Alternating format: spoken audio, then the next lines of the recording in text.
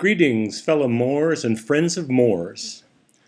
On May 20th, 2017, the Alhambra High School class of 1967 held a 50-year reunion celebration at Red Studios Hollywood. The theme was, appropriately, California Dreamin'. On behalf of the organizing committee, our classmate Vicky Pedrini extended a warm welcome and introduced a retrospective slideshow of our senior year in Alhambra. This is an encore presentation of that retrospective. The narrators that evening were me, Tim Gillespie, and Don Gardner, who'd been our senior year commissioners general. For this retrospective, you're just stuck with me. Our first order of business that evening was an expression of deep gratitude for the folks on the reunion committee who took over a year to plan this event. Without their perseverance in finding us all and putting in countless hours of hard work, we wouldn't have had this weekend of opportunities to see each other again.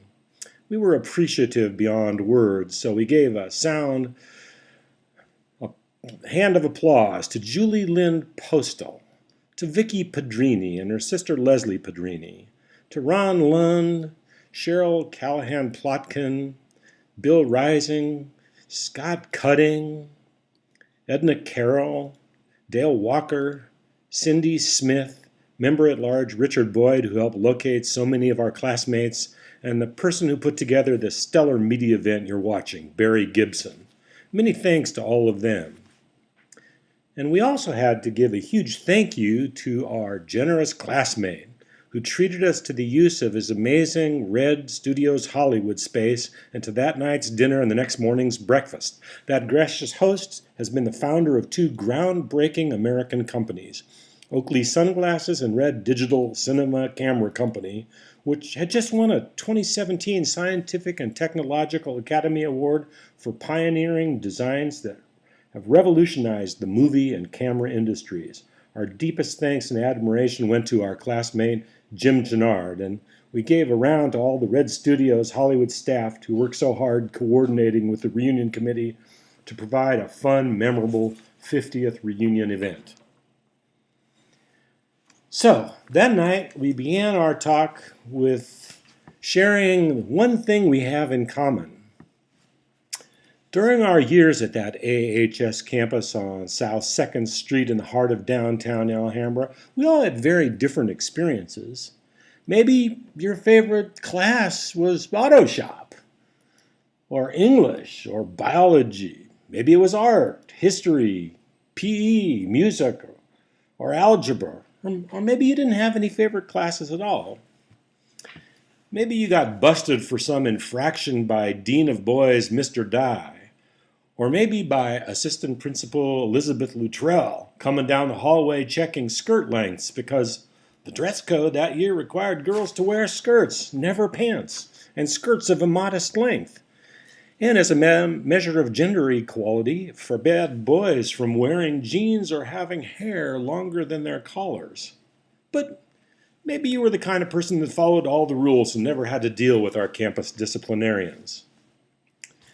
Maybe back then, and maybe today still, you're inspired by the memory of teachers named Sardisco, Tajima, Jelinek, Chavez, Beeman, George, Keeler, Norcross, Key, Pontrelli, Weatherholt, Cosand, Palmer, Ontiveros, Johnson, Nunez, Abbott, Lip, Ward, Miller, Benish, Solomon, Cupper, Richardson.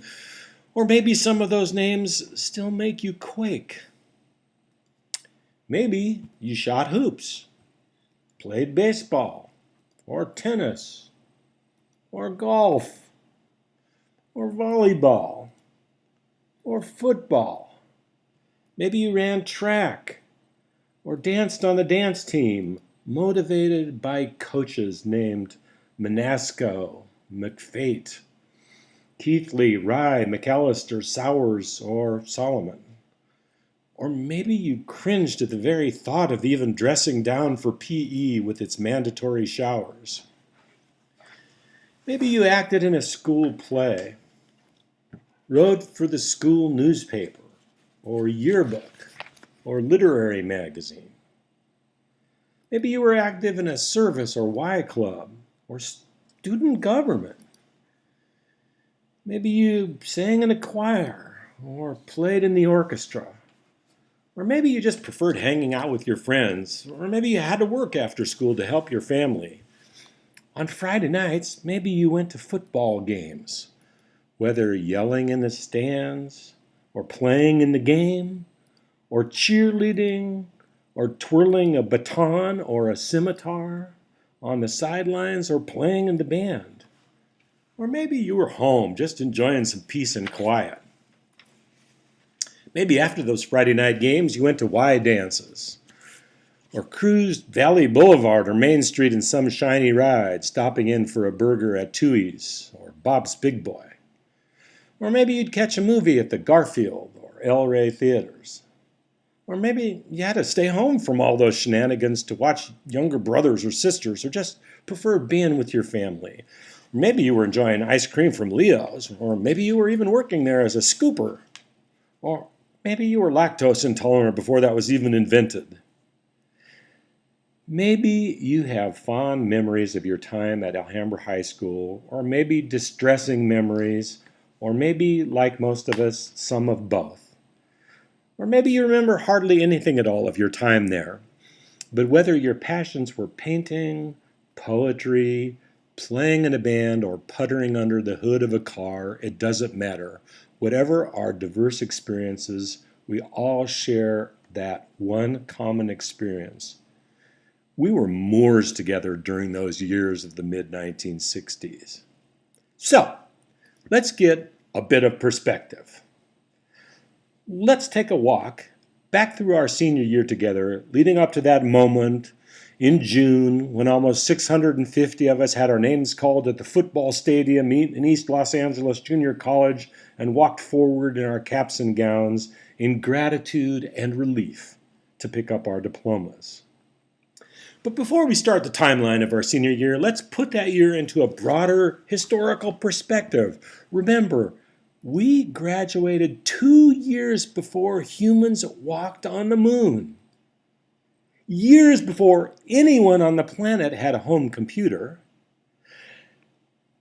Before the word software even existed, and when the only chips we'd heard of were the variety made by Laura Scudder's in Monterey Park. And remember that we graduated before the administrations of Presidents Nixon, Ford, Carter, Reagan, Bush, Clinton, Bush again, Obama, who was just 6 years old when we graduated, and Trump. And years before anyone had ever heard of Watergate and all those other gates, not to mention Bill Gates, who was 11 years old when we graduated.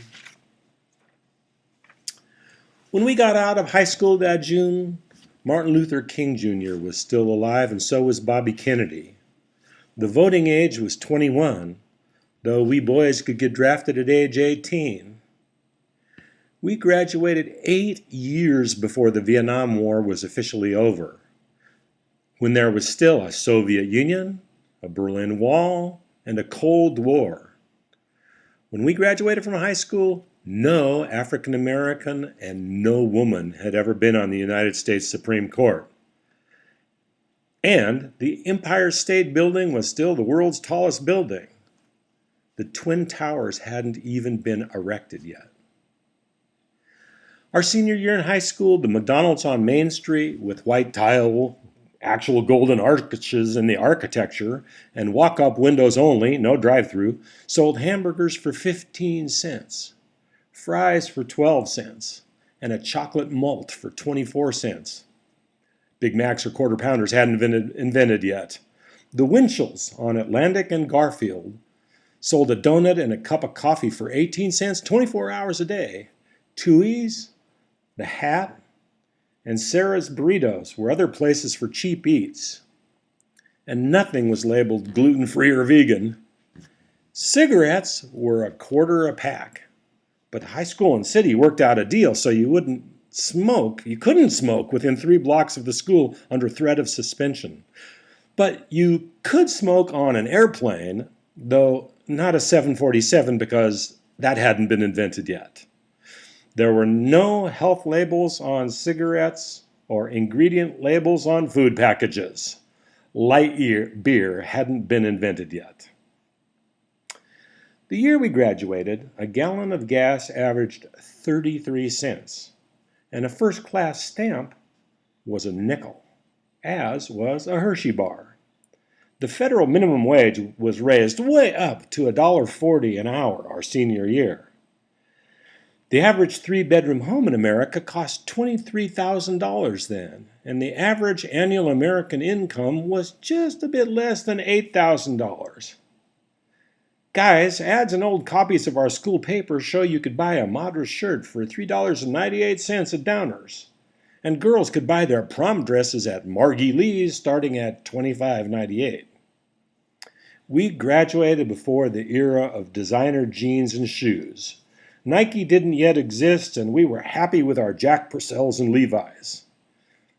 You might have had a revolving department store credit account to pay for your purchases, but there was not yet any Visa or MasterCard, and not a single ATM machine on the planet.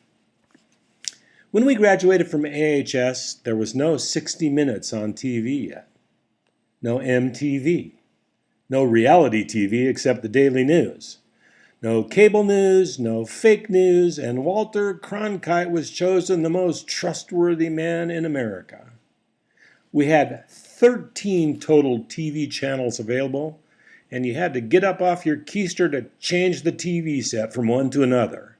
But then you could enjoy a TV dinner on a TV tray while watching. In the music world, Elvis was still alive, as were John Lennon and George Harrison. The Beatles, in fact, were still together. The Grateful Dead was just getting popular in the Haight-Ashbury, gearing up for the upcoming Summer of Love. FM radio was taking off. Disco and hip-hop, far in the future. To listen to music, you either had to put a vinyl platter on a record player or a tape in the 8-track. What didn't we have? CDs, MP3s, iPods, Pandora, or Spotify. That year we graduated, the first human heart transplant took place.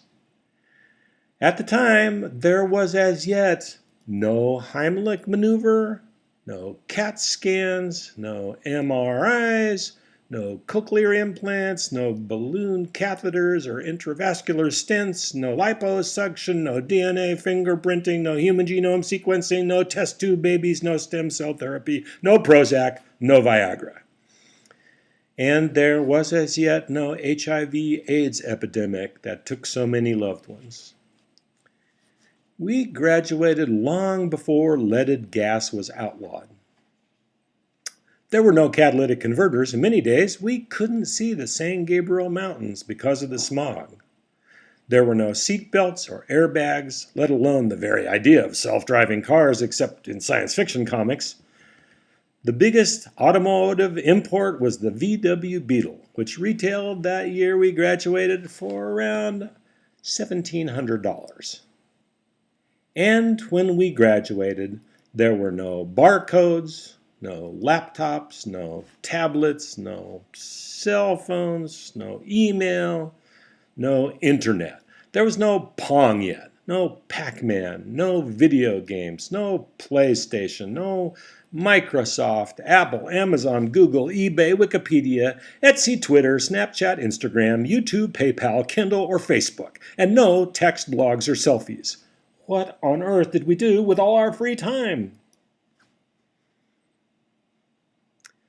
Well, given all that historic context, let's take a walk back through our senior year, month by month, that eventful 1966-67 season in both our school and in the world around us. On September 12th, 1966, our senior year began. We had a new 7-period day. 3,050 students were enrolled at Alhambra High School. Most of us had classes in the temporary bungalows that stayed for decades at our alma mater. New TV shows that aired that long ago September included Star Trek and The Monkees. You could buy a yearbook for $5, and if you were a student body card holder, you'd get a 25-cent refund.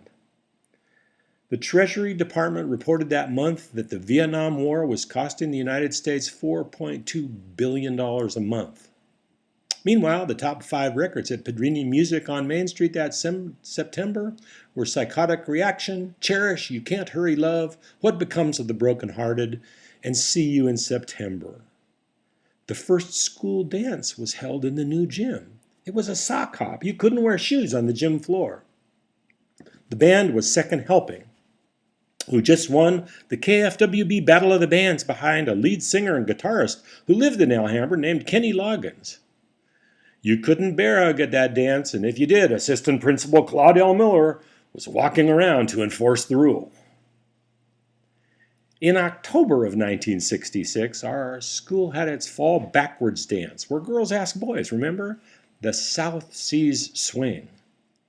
Girls' League members were selling little foil-wrapped chocolate footballs, perhaps causing an outbreak of acne? Meanwhile, outside the school, the Black Panther Party was being organized in Oakland, LSD was outlawed, it had been a legal drug, and the troops stationed in Vietnam would rise from 300,000 to 500,000 by June. Sandy Koufax won 27 games that year and led the Dodgers into the World Series that October, but the Dodgers lost in 4 games to the Baltimore Orioles, and Koufax, his arm plagued by arthritis, retired. In the letters to the editor column of The Moor, there were complaints about long lunch lines at the canteen. Remember that we seniors got to eat our lunches on raised platforms in the school cafeteria? Betty Rising was named homecoming queen, and the football team won the homecoming game 28-0 against arch rival Mark Keppel. The best-selling songs of the month were 96 Tears and Walk Away Renee.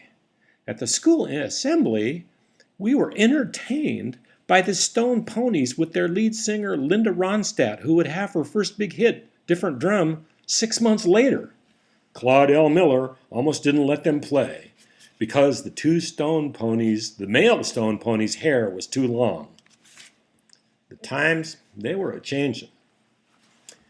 In November of 1966, California elected a new governor, an ex-actor named Ronald Reagan.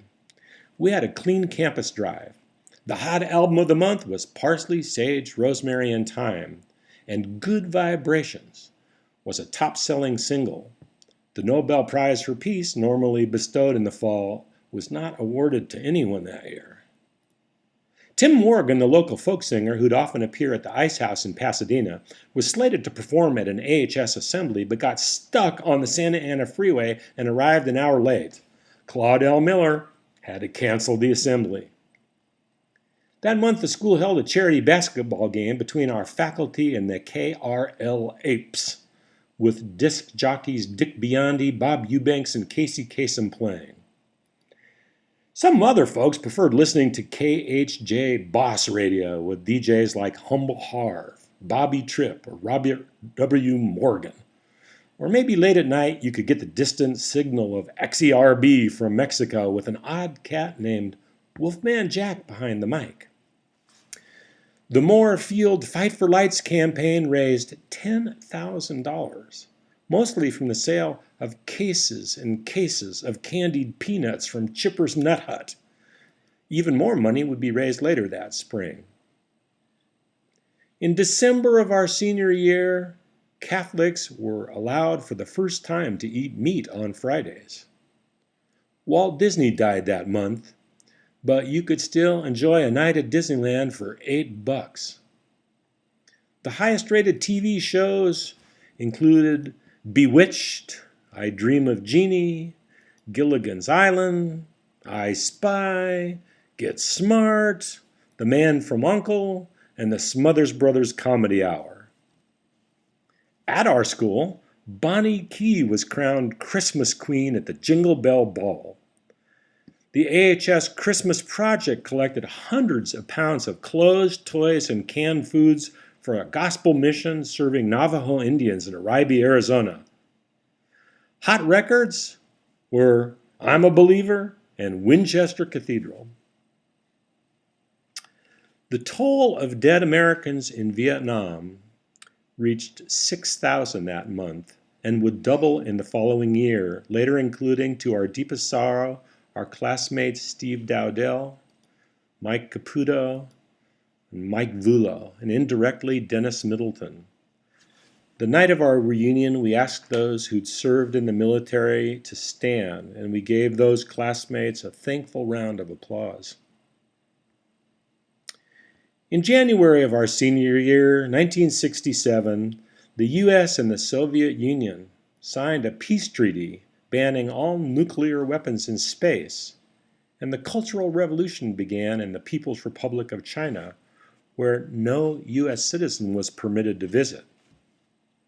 Super Bowl number 1 took place in the LA Coliseum, and the Green Bay Packers beat the Kansas City Chiefs 35-10 behind quarterback Bart Starr.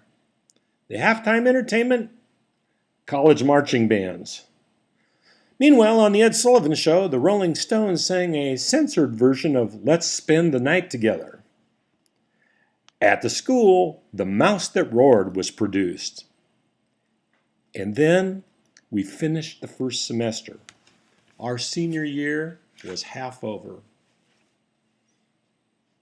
In February of 1967, Wendy Portsmouth, our foreign exchange student from South Africa, still deeply entrenched in apartheid, was crowned Miss Pep. One-act plays attracted delighted audiences. The basketball team beat Keppel, and the best-selling songs that month were Kind of a Drag, Penny Lane, and Strawberry Fields Forever. Twiggy was in Vogue magazine modeling miniskirts, but girls at AHS couldn't follow that fashion trend if their hemlines didn't touch the ground when Miss Luttrell had miscreants kneel down to be checked. They'd be sent off to detention. Meanwhile, the only time anyone ever saw the principal, Gilbert L. Struther, was during the morning flag raising when a bell would ring and the bugle would play and we'd all stop right where we were and stand till the flag raising ceremony was over. Remember, every morning. In March of 1967, we had the spring backwards dance, the Flapper Fling, and Edna Carroll was crowned Spring Sports Queen. Outside the school, Jimmy Hoffa, the Teamsters president, was sent to jail for jury tampering. UCLA won the NC2A basketball championship behind a lanky sophomore named, at the time, Lou Alcindor. Top singles on Hit Parade were Ruby Tuesday and Happy Together. Every day after school, a parade of cars would circle around and around for the 2:30 cruise and then later the 3:30 cruise. The automobile was the primary thread of the social fabric, American graffiti ahead of its time. We could endlessly cruise Valley or Main Street or range even farther afield to Colorado Boulevard in Pasadena or to Whittier Boulevard. Remember when the Midnighters, with their lead singer Little Willie G, came to an after-school assembly and performed their classic hit, Let's Take a Trip Down Whittier Boulevard? In April of 1967, we had spring vacation. And some of us may have raised a little cane in Newport or Balboa or Lake Arrowhead or Palm Springs or somewhere. Meanwhile, Muhammad Ali was stripped of his heavyweight boxing title and Beach Boy Carl Wilson was indicted, both for refusing draft induction.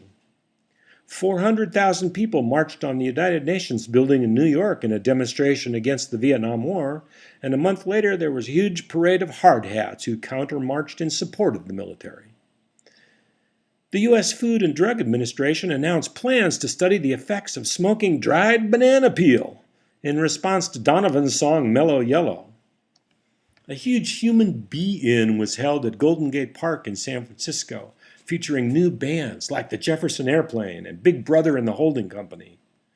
Notwithstanding all this innovative new psychedelic music, the best-selling song of the month was Something Stupid by Nancy and Frank Sinatra.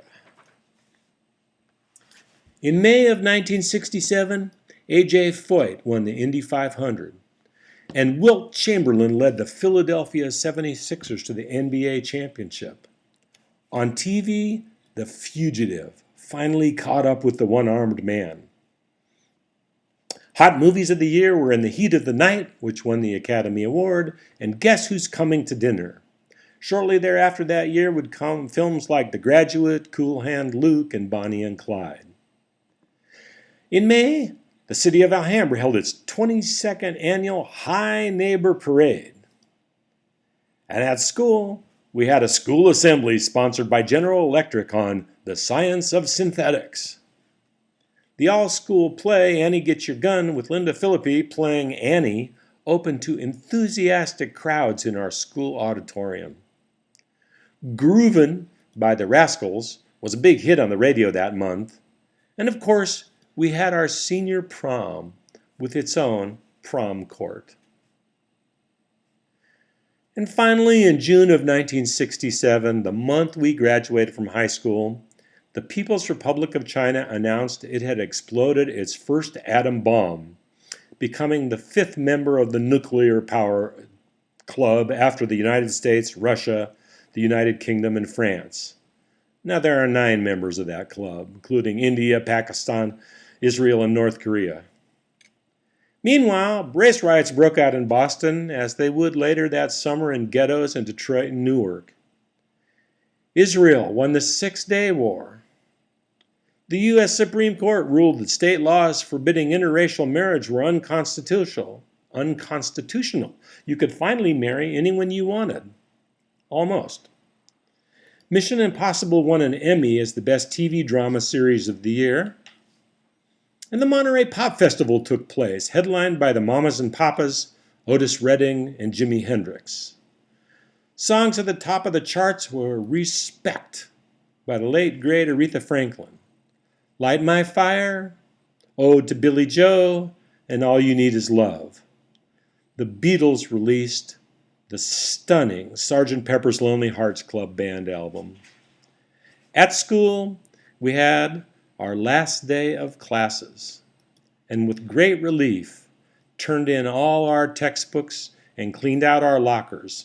And on the sweltering afternoon of June 14th, 1967, almost 650 of us standing between the 20-yard line markers on the grass of East Los Angeles Junior College Stadium transferred with a simultaneous motion our golden tassels from the left to the right sides of our blue mortarboards and became official high school graduates with a mighty cheer.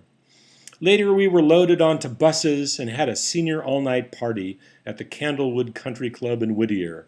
The theme of that party was Into the Future. And here we are, 50 years later, living that future we once dreamed and worried and wondered about. We went out into the world and made our ways, realizing some dreams and mislaying some, experiencing accomplishments and joys and suffering, undoings and disappointments. And as we know from those missing here tonight, we have all lost many whom we've deeply loved.